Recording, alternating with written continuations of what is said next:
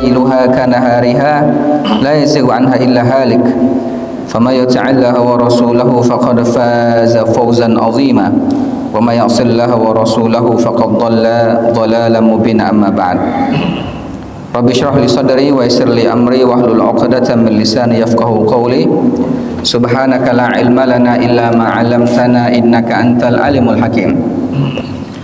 Alhamdulillah, kita bersyukur kehadirat Allah dengan melafalkan rasa syukur yang mendalam kepada Allah. Mudah-mudahan rasa syukur kita itu akan menambah nikmat yang Allah karuniakan kepada kita, dan mudah-mudahan seluruh aktivitas kita, khususnya ibadah dan niat baik kita, dinilai sebagai pahala di sisi Allah Subhanahu wa taala. Amin ya rabbal alamin. Salawat dan salam tak lupa kita sampaikan kepada tauladan kita, Nabi Agung, Nabi besar Muhammad sallallahu alaihi wasallam beserta keluarga, para sahabat, para pengikutnya hingga akhir zaman. Mudah-mudahan kita termasuk dari umat beliau yang nanti akan mendapatkan syafaatnya. Amin ya rabbal alamin. Bapak Ibu yang dimuliakan Allah, di pertemuan yang lalu kita sudah membahas surat Al-Falaq, ya, surat Al-Falaq dan asbab nuzul, sebab turun surat Al-Falaq. Bahwa di antara riwayat yang menyebutkan tentang asbab nuzul Al-Falaq adalah ketika Nabi alaihi salatu wassalam dikirim sihir oleh seorang Yahudi bernama Labid bin A'sam, ya, Labid bin A'sam. Dia menyihir Nabi alaihi salatu wassalam dengan perantara rontokan rambut dan bekas patahan gigi sisir Nabi. Kemudian dia buat pintalan sedemikian rupa. Kemudian dia baca mantra-mantra tertentu yang menyebabkan Nabi Shallallahu Alaihi Wasallam sakit, ya, terkapar di tempat tidurnya, sampai-sampai datang dua malaikat yang memberikan informasi tentang siapa yang menyihir Nabi, kemudian apa media yang digunakan dalam menyihirnya. Setelah itu juga akhirnya Allah Subhanahu wa taala menurunkan surat Al-Falaq sekaligus surat An-Nas. Jadi asbab nuzul Al-Falaq itu sama dengan asbab nuzul surat An-Nas. Artinya Al-Falaq An-Nas ini turunnya sepaket, sekalian gitu ya, satu waktu. Walaupun kita perlu tahu bahwa disebut satu paket bukan berarti turunnya itu barengan sekaligus nyampak dua, ya, langsung diterima sekaligus, tidak begitu.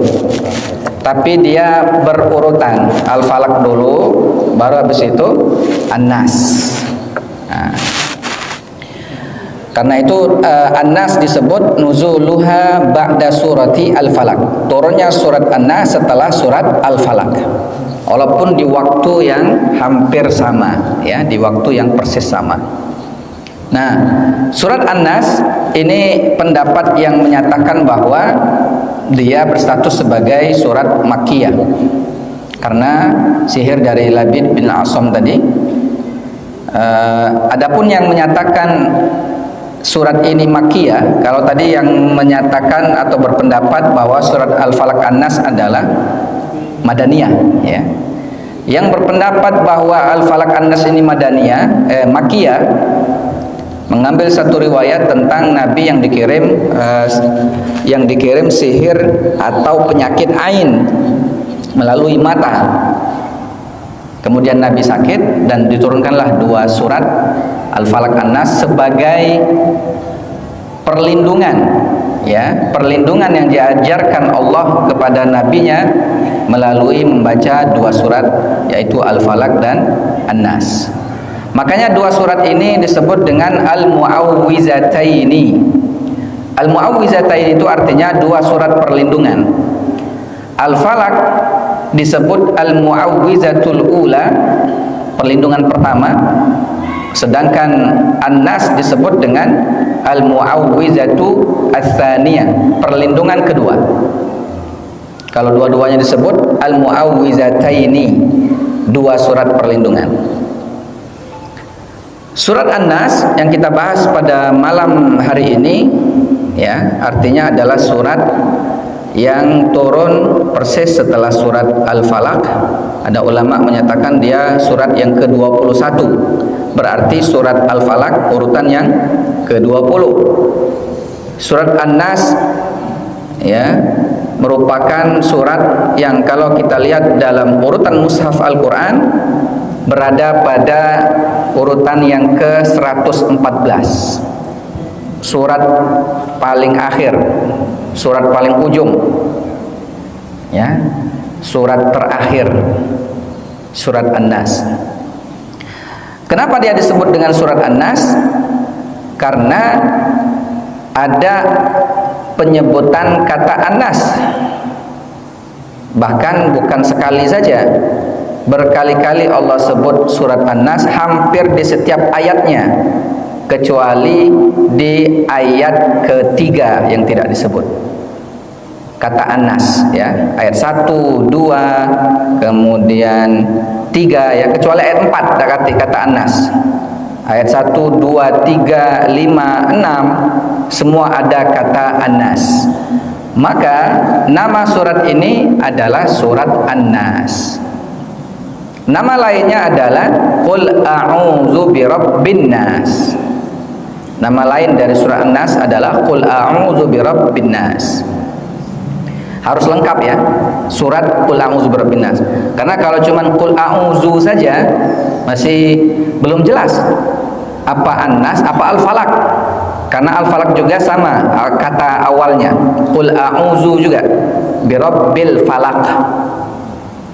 Maka harus lengkap menyebutkan nama ayat. Kalau kita ingin nyebut, coba baca surat Qul a'udzu birabbin nas. Nah, artinya yang dimaksud adalah surat An-Nas. Jangan tanggung. Kalau Al-Ikhlas bisa nyebutnya Qulhu saja, bisa Qulhu. Maka kita sudah ngerti yang dimaksud adalah surat Al-Ikhlas. Karena ada kata ayat surat lain yang diawali dengan Qulhu, kan gitu. Maka surat ini nama lainnya adalah surat Qul a'udzu birabbin nas. Nama lainnya lagi adalah tadi yang kita sebut Al-Mu'awwizah Tsaniyah, surat perlindungan yang kedua. Baik, surat An-Nas diawali dengan firman Allah Subhanahu wa taala. Kita baca dulu ya sama-sama. Siapa tahu ada yang lupa surat An-Nas. Walaupun ya insyaallah hafal galau, karena termasuk surat favorit, pendek dan mudah dibaca. Kita baca sama-sama surat An-Nas. A'udzu billahi minasyaitonir rajim. Bismillahirrahmanirrahim. Qul a'udzu birabbin nas, malikin nas, ilahin nas, min syarril waswasil khannas, alladzi yuwaswisu fi sudurin nas, minal jinnati wan nas. Shadaqallahul azim. 6 ayat. Kalau ditambah dengan surat Al-Falaq, berapa jumlah ayat Al-Falaq? 5. 5 tambah 6 berapa? 11. Itulah jumlah ikatan pada buhul yang dikirim penyihir Yahudi kepada Nabi SAW.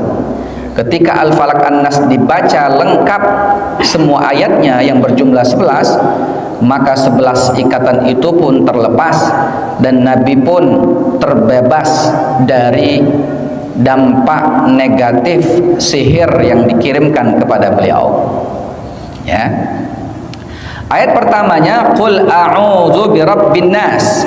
Ini sering kita sampaikan, kata qul itu artinya adalah katakanlah, perintah Allah kepada Nabi SAW untuk mengatakan, untuk menyebutkan. Apa yang harus disebutkan? Yang harus disebutkan itu adalah a'udzu. Ta'awuz. Ta'awuz itu adalah minta perlindungan. Minta perlindungan itu ada 3 istilah. Satu istilahnya adalah Bapak Ibu hafal dan biasa mengucapkan. Apa itu? A'udzu billahi minasyaitonir rajim. Atau bahasanya adalah na'udzubillahi min zalik. Pernah ya dengar, pernah mengucapkan itu? Na'udzubillahi min zalik. Atau ada yang pendek lagi, na'udzubillah. Ada ya? Walaupun ada juga yang diplesetkan, karena di dusun dia atau di daerah dia galak pakai langsung nyebut na'udzubillah. Nah, ini tidak boleh na'udzubillah. Apa dia artinya? Na'udzubillah itu adalah kata yang digunakan agar kita bisa berlindung kepada Allah dari kejadian-kejadian tertentu yang kita dengar atau yang kita lihat. Contohnya ini, kalau kita lagi ngobrol, saya ngobrol sama bapak ngomong, oh aku tadi siang lihat ada orang yang tabrakan. Nah, yang pakai motor ini ditabrak oleh tronton, terlindas, tewas di tempat. Saya langsung refleks mengucapkan na'udzubillahi min zalik. Nah, apa artinya? Aku berlindung kepada Allah dari kejadian itu. Nah, ada lagi kawan cerita, aku tadi ada rumah terbakar, habis rumahnya, habis isinya, habis pulung yang dalam isi itu. Na'udzubillahi min zalik. Aku berlindung kepada Allah dari kejadian itu. Artinya kata na'udzubillahi min zalik itu digunakan agar kita minta perlindungan kepada Allah dari kejadian yang disebutkan, yang kita lihat, yang kita dengar, tentunya kejadian yang tidak kita inginkan. Maka ini biasakan Bapak Ibu, kalau kita mendengar atau melihat atau kita yang ngomong itu yang kita tidak ingin terjadi pada kita, ucapkan saja na'udzubillah min zalik. Aku berlindung kepada Allah dari itu, maksudnya dari kejadian itu. Paling tidak minimal na'udzubillah. Biasanya gitu ya, kita nyebutnya na'udzubillah. Nah, ada kata lain selain na'udzubillah. Ini mungkin jarang terdengar, tapi kalau Bapak Ibu biasa pernah ya mendengar ustadz atau kiai atau habib yang mengucapkan kata ma'azallah. Ma'azallah. Ternyata ma'azallah itu maknanya sama seperti na'udzubillah, tapi dengan redaksi yang sedikit berbeda. Ma'azallah artinya aku berlindung kepada Allah. Jangan heran kaget kalau Bapak Ibu dengar, ngapo Ustadz ini ma'azallah bukan na'udzubillah. Sama artinya. Oke, dengan redaksi yang beda saja. Atau yang ketiga, ada yang mengucapkan kata wal-'iyazu billah. Wal-'iyazu billah. Apa dia artinya? Sama seperti na'udzubillah. Ya, minta perlindungan kepada Allah. Bisa na'udzubillah, bisa ma'azallah, bisa juga wal-'iyazu billah. Ini jangan heran kalau ada 3 istilah itu yang diucapkan oleh seorang muslim, dan itu benar semua, boleh. Walaupun di kita lebih familiar mengucapkan na'udzubillah atau ditambah na'udzubillahi min dzalik. Ya. Nah, a'udzu di sini sama, tapi kalau yang biasa kita ucap na'udzubillah langsung aku berlindung kepada Allah. Kalau di sini a'udzu bi rabbin nas. Allahnya, kata Allah diganti dengan rabbin nas. Tuhannya manusia. Siapa yang dimaksud? Allah. Jadi kalau Bapak Ibu misal mengucap ada cerita atau kisah, atau kita langsung melihat sesuatu yang tidak kita inginkan, tidak kita senangi, maka bisa dengan bahasa ini sebenarnya, a'udzu birabbin nas. Bisa, a'udzu birabbin nas. Artinya aku berlindung kepada Tuhannya manusia. Maksudnya berlindung kepada Allah. Agak ada yang nanya, Pak Ustadz, kalau ini a'udzu, tapi kalau kita nyebut na'udzubillah pakai na, kok ini a'udzu, apa bedanya? A'u dengan na'u. Ada a'udzu bi rabbin nas, ada lagi na'udzubillah. Ada a'udzu, ada na'udzu. Apa dia bedanya? Kira-kira apa bedanya? Ya, kalau na'uzu itu artinya kami berlindung kepada Allah. Kami menggunakan kata jamak. Oke, banyak berarti kan kami. Tapi kalau a'uzu berarti aku berlindung, dewean. Makanya wong ngaji qori atau qori'ah. Nah, ini kemarin sempat viral yang bahas qori dengan qori'ah. Katanya ustadz, tapi kok bisa-bisanya nggak tahu arti qori sama qori'ah. Kalau orang awam oke lah ya, tapi ini di media sosial, di sebuah masjid, kemudian nyebar, di-share kemana-mana. Ustadznya tidak bisa membedakan antara qori'ah dengan qori'ah. Kalau qori'ah artinya adalah seorang perempuan yang membaca, pakai alif qori'ah, pakai alif a. Tapi kalau qori'ah pakai ain itu artinya kiamat. Akan ada surat Al-Qari'ah, benar ya? Tapi oknum ustadz ini ngomong Al-Qari'ah itu artinya adalah yang membaca. Termasuk dalam Al-Qari'ah itu artinya membaca. Keliru kalau kamu mengartikan Al-Qari'ah itu adalah kiamat. Karena Qari'ah itu artinya yang membaca, perempuan yang membaca. Nah, itu berarti tidak paham. Ya. Karena bedalah qori'ah pakai alif, qori'ah pakai ain.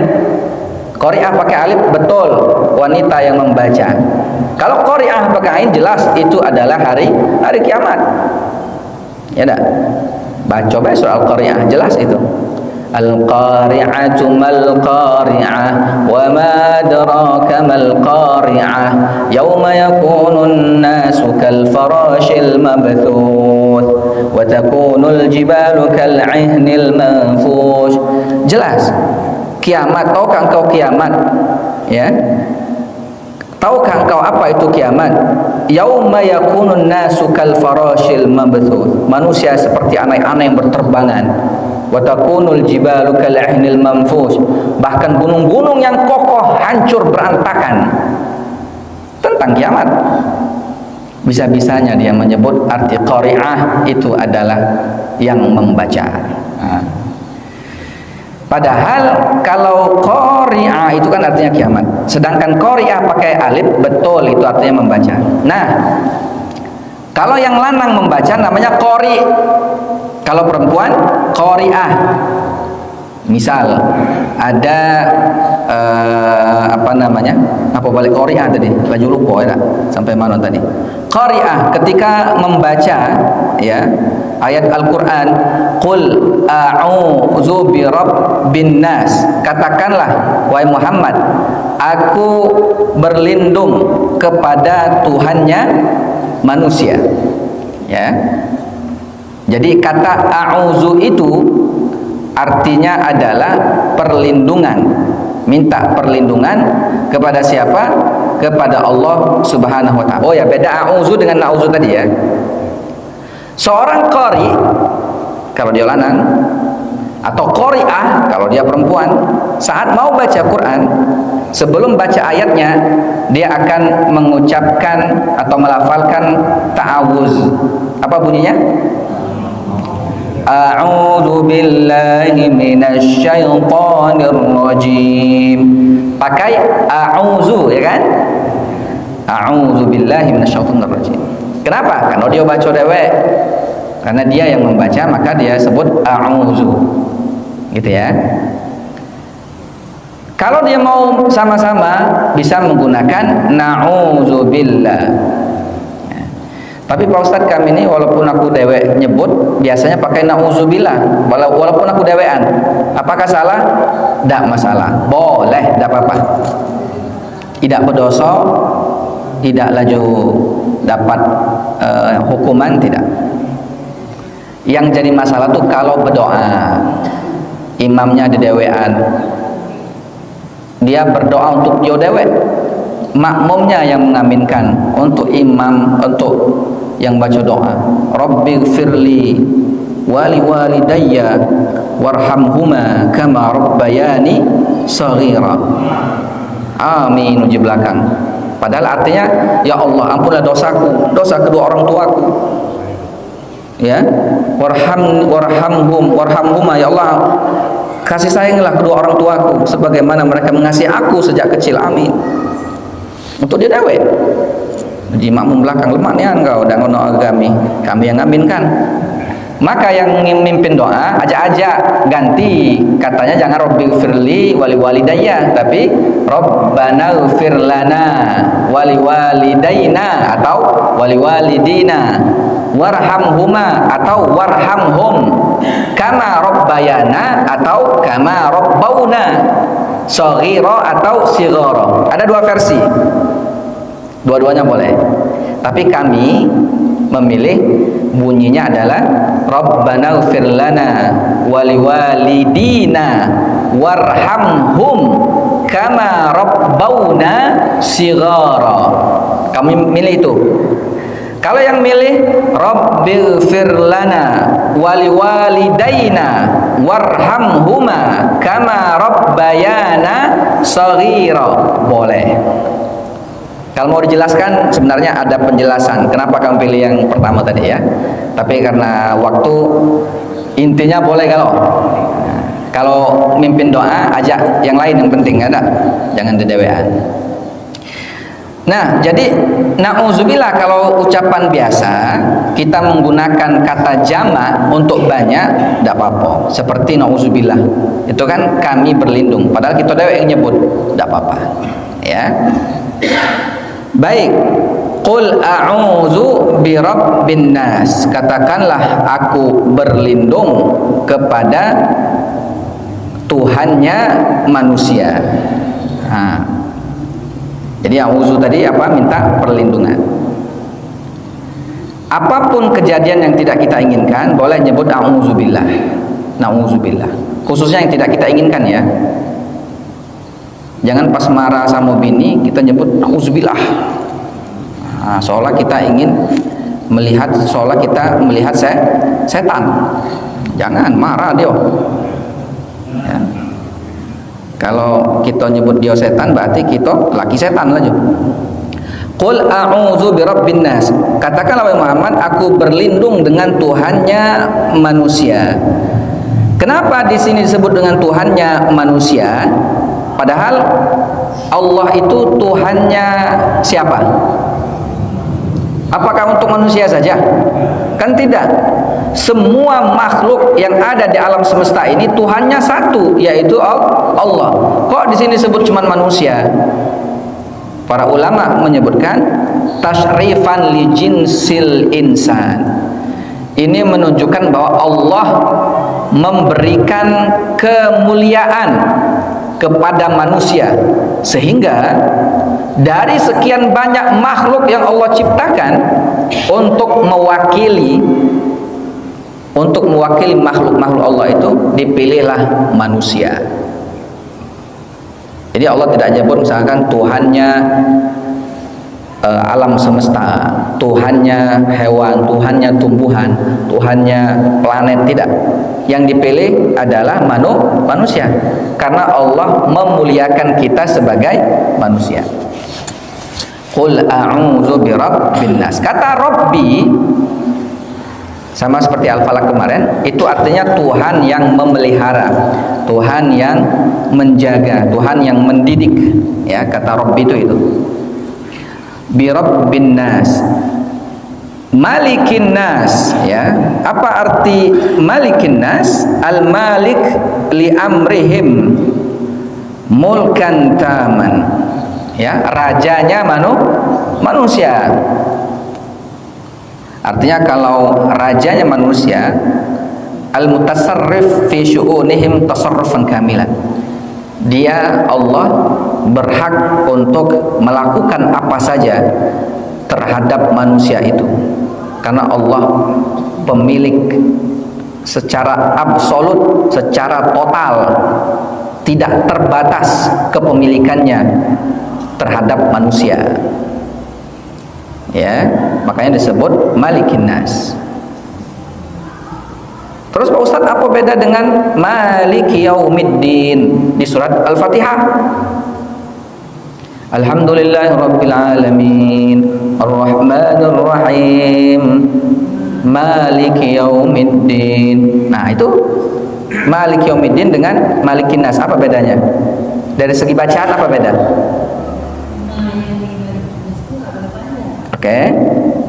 Kalau di Al-Fatihah ma-nya panjang. Iya.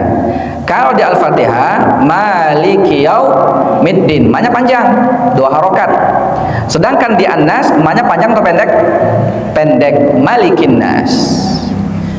2 Malik yang panjang dengan Malik yang pendek itu beda arti.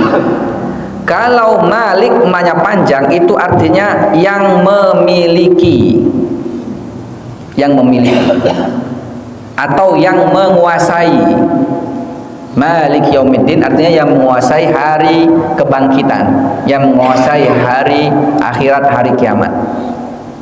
Sedangkan Malik yang ma-nya pendek itu artinya raja. Ya, artinya raja. Tapi dalam membaca jangan terbalik. Ketika kita baca An-Nas ada yang panjang ma-nya. Qul a'udzu birabbin nas, malikin nas. Itu keliru. Ketika dia baca Al-Fatihah, Ar-Rahmanir Rahim, Maliki Yaumiddin, ma-nya pendek. Itu keliru kalau menggunakan riwayat Hafiz an Asim, atau bahasa lainnya cara membaca umat Islam di Indonesia pada umumnya itu keliru ketika baca Maliki Yaumiddin, ma-nya pendek. Kenapa? Karena harusnya ma-nya panjang, Maliki Yaumiddin. Tapi ada satu kondisi di mana ketika baca Malik Yaumiddin boleh pendek ma-nya. Kapan itu? Ketika baca surat Al-Fatihah menggunakan qiraat bacaan yang lain. Qiraat itu ada 7, jangan salah ya, ada 7. Cara baca Quran itu ada 7 cara. Ya, yang kita baca, yang biasa kita pelajari itu cuma siko. Ya, makanya jangan heran kalau ada ketika baca surat Ad-Duha, Bapak Ibu akan ada mendengar kata wadduha wal laili idza saja. Oke, kita kalau tidak paham, sesat ini. Dari sekayu ucapnya udah ngaji ini. Pakai E. Nah, padahal itu ada qiraatnya, betul dan benar. Boleh. Termasuklah panjang pendek kata Maliki Yaumiddin. Ada yang baca begini, Ar-Rahmanir Rahim, Maliki Yaumiddin, ma-nya pendek. Dan itu pakai qiraat lain benar, boleh, sah. Tapi ingat, tidak boleh sembarangan menggunakan qiraat lain di tempat-tempat umum di masyarakat. Akan jadi masalah. Allahu Akbar. Setelah Al-Fatihah selesai, Bismillahirrahmanirrahim, wadduha wal laili idza saja. Repot belakang. Nah, ini wong sekayunya ini. Iya. Repot lah itu. Besok besar lagi ya jadi imam ini. Atau kita pindah masjid ini, enggak usah jamaah sini. Artinya qiraat itu tidak boleh digunakan di sembarang tempat, akan jadi fitnah, akan jadi masalah. Tapi kalau di tempat itu udah biasa maka tidak masalah. Nah, gitu ya. Jadi di Al-Fatihah itu boleh ma-nya pendek, pakai riwayat lain. Tapi jangan juga dicoba kayak jadi imam anak pendek lah. Uji ustaz boleh, hati-hati kayak jadi masalah. Sedangkan di An-Nas pakai 7 qiraat atau bahkan 10 qiraat, ada 10 qiraat. Ya. Tidak ada qiraat yang membaca Malikin Nas ma-nya panjang di surah An-Nas. Semua baca ma pendek. Qul a'udzu birabbin nas, Malikin Nas, ma-nya pendek. Di setiap qiraat yang 7 maupun yang 10. Ya. Cuman ada kadang qiraat imam abal-abal. Bacanya ma-nya kepanjangan. Qul a'udzu birabbin nas, malikin nas. Nah, ini qiraat buat dewek ya, ma-nya kepanjangan. Baik, jadi malikin nas ma-nya pendek di surat An-Nas, enggak boleh panjang ya. Arti Malik di sini adalah rajanya manusia. Yang kedua, kata Malik yang ma-nya pendek untuk biasanya makhluk hidup termasuk manusia. Malik artinya yang menguasai untuk hal-hal yang berkaitan dengan makhluk hidup seperti manusia. Sedangkan Malik yang panjang yang berarti kuasa, menguasai itu pada hal-hal yang bukan seperti manusia, seperti hari kebangkitan, termasuk dalam surat Malik Yaumiddin yang menguasai hari kebangkitan. Malikin nas, ilahin nas. Apa arti ilahin nas? Ilah itu artinya adalah Tuhan. La ilaha illallah, tidak ada Tuhan. Jadi secara arti ilah itu adalah Tuhan. Tapi tidak sesederhana itu makna kata ilah. Ilah itu adalah, ini dijelaskan di sini, alladzi yudinu lahun nas bil ubudiyyati wal khudu' wat ta'ah. Kata ilah itu menunjukkan bahwa zat yang menjadikan manusia tunduk secara totalitas dalam hal menghambakan diri kepadanya. Artinya kata ilah adalah Tuhan yang berhak untuk disembah dan diibadahi. Makanya kata la ilaha illallah artinya adalah bukan hanya tidak ada Tuhan, tapi tidak ada sesembahan yang patut kita menundukkan diri, menghambakan diri illallah, kecuali hanya kepada Allah. Ilahin nas, Tuhannya manusia ya. Makanya kata ilah ini bermakna bahwa yang dimaksud Allah satu-satunya yang pantas untuk disembah. Nah, menariknya Bapak Ibu, surah An-Nas ini agak berbeda dengan Al-Falaq. Kalau Al-Falaq kita nyebut Allah itu dengan hanya satu sifat saja, langsung ke inti. Qul a'udzu birabbil falaq. Katakanlah, aku berlindung kepada Tuhannya subuh. Langsung, apa yang kau minta perlindungan itu dari apa? Min syarri ma khalaq, dari kejahatan apa yang telah diciptakan. Langsung kan? Tapi An-Nas itu tidak cukup dengan satu sifat Allah kita sebut. Qul a'udzu birabbin nas. Katakanlah, aku berlindung kepada Tuhannya manusia. Tidak langsung kepada dari siapa yang kau minta perlindungan, tidak langsung ke objeknya, tidak langsung ke intinya. Tapi ayat 2 dan 3 menyebutkan dua sifat berikutnya, dua sifat Allah berikutnya. Apa itu? Malikin nas, ilahin nas. Jadi ada tiga, Rabbin nas, Malikin nas, ilahin nas. Baru yang keempat intinya, dari apa yang kau minta perlindungan kepada Allah itu? Min syarril waswasil khannas. Ya, jadi tiga sifat Allah. Padahal di Al-Falaq cuma sifat Allah. Kenapa di sini tiga? Karena yang kita minta perlindungan di surah An-Nas ini adalah musuh yang punya kekuatan yang luar biasa. Artinya kita perlu juga kekuatan yang lebih hebat. Kalau di Al-Falaq cuman pakai satu sifat Allah, kalau di An-Nas ini tiga sifat Allah kita sebut sekaligus. Berarti dahsyat nih musuh kita. Siapa musuh kita yang perlu kita minta perlindungan kepada Allah itu? Min syarri, dari kejahatan, al-waswas, bisikan, al-khannas, setan, bisikan yang tersembunyi, yaitu setan. Khannas berarti kan ini bisikan ini muncul dari khannas. Khannas ini ada dua maknanya.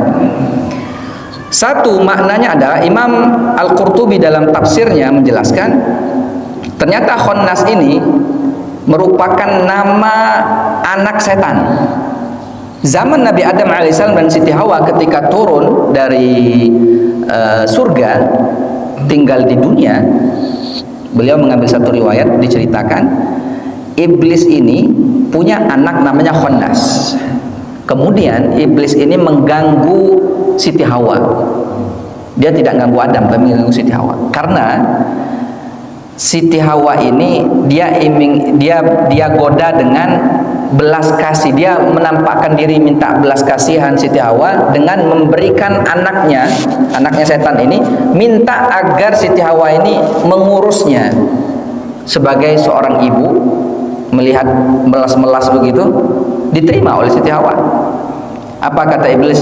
Ikfilihi, tolonglah jaga, rawat anakku ini, ya.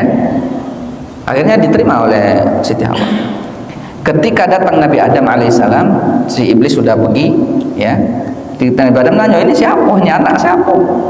Siti Hawa langsung ngomong apa adanya, ini adalah musuh kita, ya. Setan ini menitipkan anaknya kepadaku dan minta diurus. Dia melas-melas. Apa kata Nabi Adam? Kan ente tahu kita nih diturunkan dari surga ini gara-gara dia itulah. Dia yang menggoda kita, akhirnya kita terusir dari surga. Maka Nabi Adam marah dan anak setan itu diambil, kemudian dibelah menjadi 4 dan dibuanglah empat belahan itu di berbagai tempat di atas pohon. Ketika emaknya datang ngomong kepada Siti Hawa, mana anakku? Apa kata Siti Hawa? Dibelah oleh Adam jadi 4 dan diletakkannya, dibuangnya di pohon-pohon. Kemudian iblis ini dengan mantra-mantra tertentu memanggil anaknya dengan kata ya Khannas. Tiba-tiba dari 4 bagian tubuh anak ini bersatu, kemudian kembali utuh dan hidup kembali. Setelah balik lagi, memelas lagi kepada Siti Hawa untuk diurus, ya, tolonglah ini urus anakku nih. Akhirnya diterima lagi oleh Siti Hawa. Kemudian setelah Nabi Adam datang, nanya, lah ngapa balik lagi budak nih? Ini nah dia minta diurus dan lain sebagainya. Akhirnya Nabi Adam marah, Pak, ngambil anak itu, kemudian dibakarnya anaknya setan ini bernama Khannas, dibakar dan abunya dibuang ke lautan. Kemudian setelah itu kejadian itu datanglah induknya lagi kepada Siti Hawa, mana anakku? Kata Siti Hawa, dibakar oleh Adam, kemudian abunya dibuang ke lautan. Kemudian induknya ini datang ke lautan, kemudian memanggil ya Khannas, abu itu kembali datang dan bersatu kembali menjadi Khannas, anaknya setan ini. Balik lagi dia ke Siti Hawa, minta urus, tolonglah ini anak lo nih. Sampai ketiga kalinya Siti Hawa kembali menerima anak itu, sampai akhirnya ketika Adam balik ke rumah, terkejut Adam, ampun, 3 kali balik. Saking marahnya Adam, apa yang terjadi? Khannas ini dimakan oleh Adam, ya, dimakan beserta Siti Hawa juga makan. Nah, ketika itu terjadi, selesai, setan ini datang nanya, mana anakku, kok nggak ada? Apa kata Siti Hawa? Dimakan oleh Adam. Apa jawab setan? Inilah yang aku inginkan, itu yang aku harapkan. Ketika dimakan oleh Adam dan Siti Hawa, maka anakku akan hidup dalam diri manusia. Ketika nanti kupanggil, dia akan menggoda manusia dari dalam dirinya. Makanya dalam bisikan setan itu akan berada pada dada manusia. Alladzi yuwaswis fi sudurin nas, yang membisikkan pada dada manusia, sehingga masuk dari kehidupan manusia, takkan pernah dia hilang dari kehidupan manusia, ya.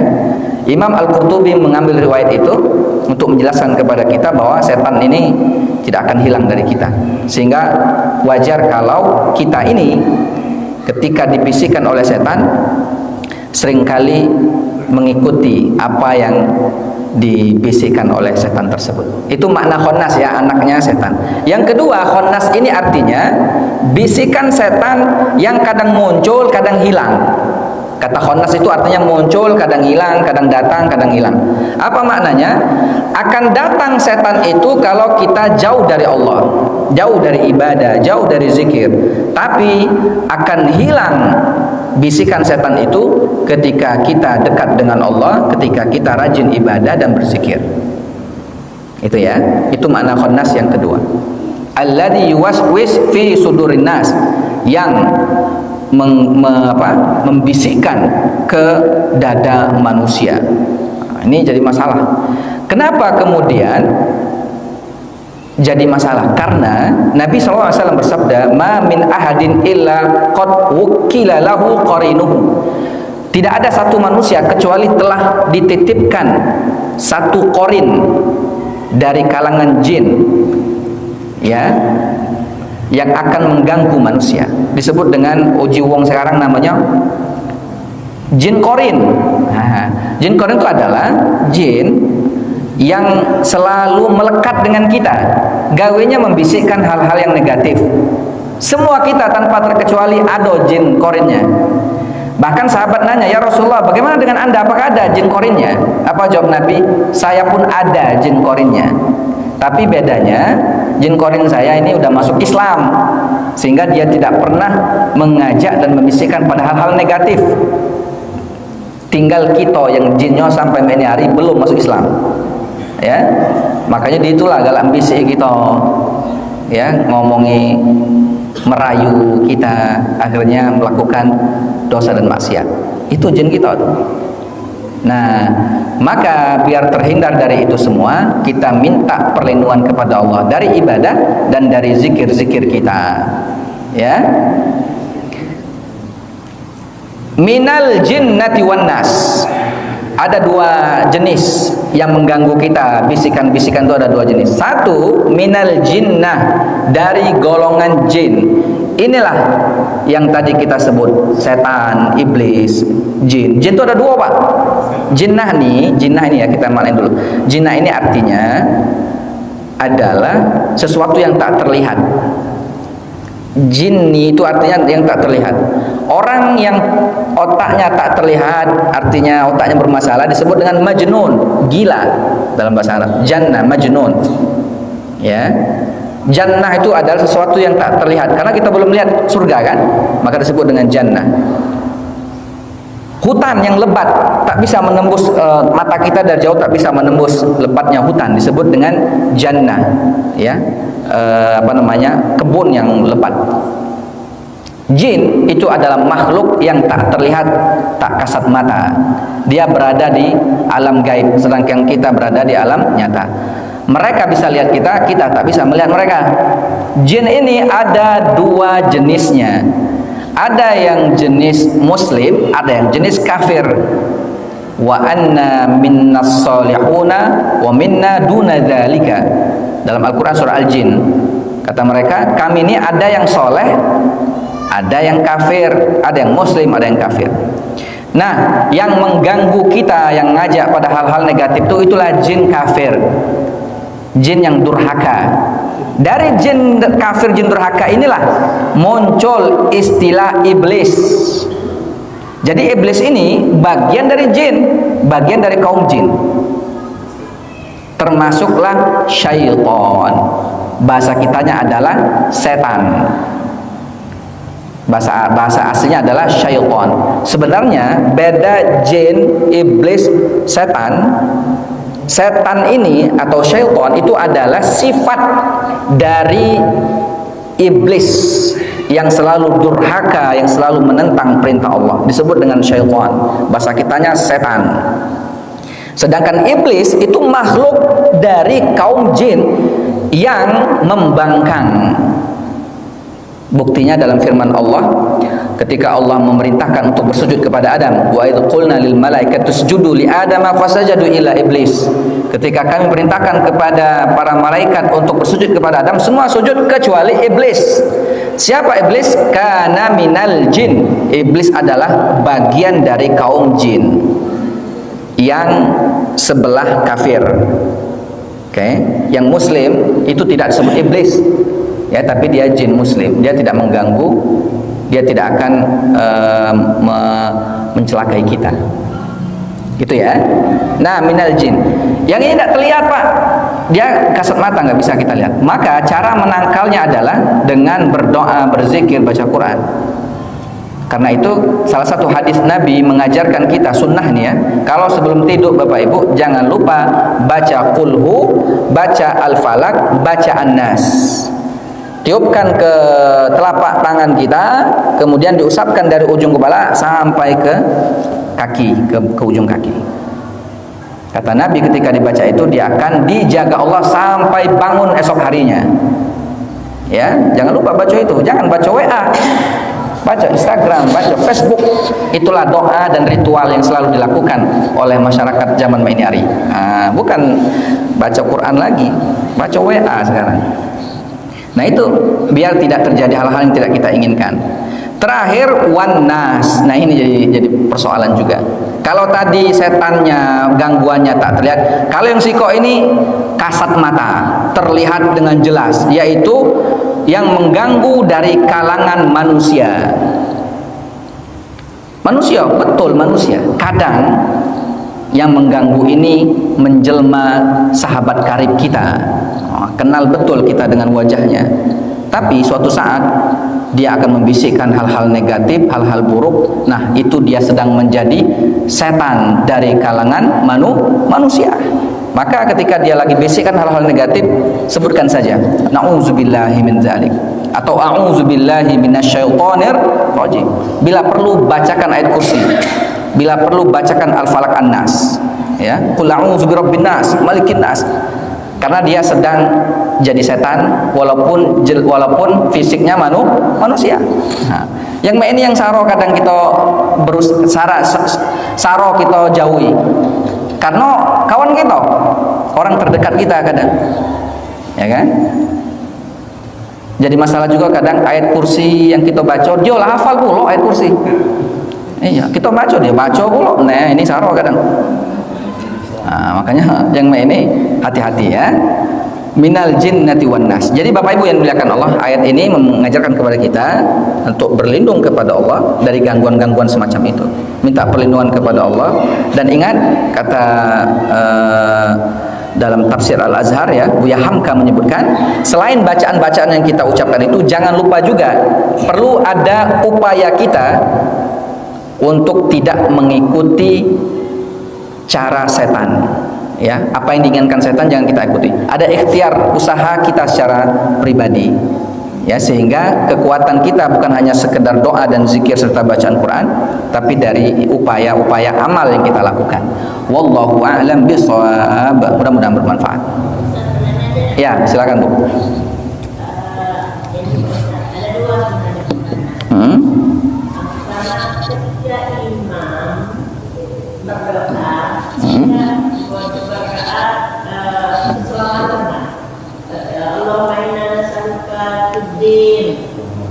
Sementara makmumnya banyak dan saya termasuk salah satu makmumnya. Dalam hati saya dia cuma sendirian dan aja. Allahumma inna nas'aluka fid-din wa afiatan fil jasad. Harusnya fil jasadina wa ziyadatan fil ilmi. Harusnya fil ilmina. Kalau enggak ada ini. Oke. Oke, bagus pertanyaannya. Jadi begini, itu doa selamat ya. Ada yang mengucapkan doa itu begini, Allahumma inna nas'aluka salamatan fi dinina wa afiatan fi jasadina wa ziyadatan fi ilmina wa barakatan fi rizqina. Kan gitu? Ngajak sama-sama semua. Nah, ketika dia baca Allahumma inna nas'aluka salamatan fid din wa afiatan fil jasad wa ziyadatan fil ilmi wa barakatan fil rizqi, itu tidak untuk sendirian Ibu. Tidak untuk dewek-dewek. Itu untuk sama-sama juga tetap.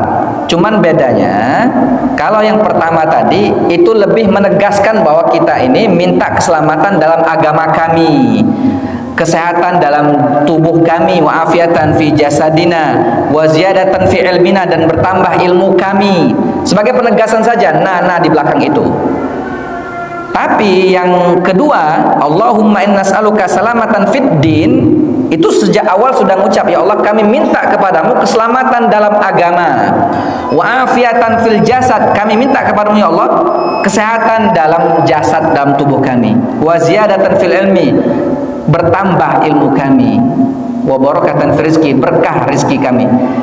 Jadi tidak bermakna dewean itu, kecuali ini dia nyebut Allahumma inni as'aluka salamatan fi dini wa afiatan fi jasadi, panjang i-nya, wa ziyadatan fi ilmi wa barakatan fi rizqi tanpa alif lam dan belakangnya i-nya panjang, itu untuk deweannya. Kalau doa selamat tuh ya dibaca doa ini bunyinya, Allahumma inni as'aluka salamatan fi dini wa afiatan fi jasadi wa ziyadatan fi ilmi wa barakatan fi rizqi. Nah, itu doa nian. Tapi kalau dia pakai alif lam, Allahumma inna as'aluka salamatan fid din wa afiatan fil jasad wa ziyadatan fil ilmi, pakai alif lam semua tuh, wa barakatan fir rizqi, maka itu masih maksudnya sama-sama. Bisa dipaham Bu ya? Nah, itu bedanya. Jadi kalau doa selamat sih menurut kami masih aman. Keliru kalau bacanya ini. Ada yang baca begini, Allahumma inna nas'aluka salamatan fid dinina, pakai alif lam tapi pakai na di belakang. Itu salah, keliru besar. Dalam kaidah bahasa itu keliru. Kalau dia ngerti bahasa Arab pasti itu akan sangat-sangat keliru ya, salah. Wa afiatan fil jasadina wa ziyadatan fil ilmina, itu jelas keliru.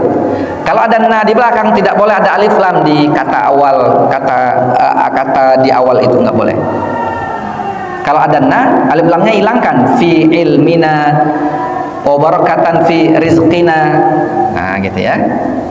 Jadi kalau yang biasa pakai na silakan, yang tidak juga tetap itu juga bermakna sama-sama ya. Wallahu a'lam bishawab. Kita tutup dengan lafal hamdalah dan doa kafatul majlis. Alhamdulillahirabbil alamin, subhanakallahumma bihamdika asyhadu an la ilaha illa anta astaghfiruka wa atubu ilaik. Hadallahu yakum ajmain. Wassalamualaikum warahmatullahi wabarakatuh.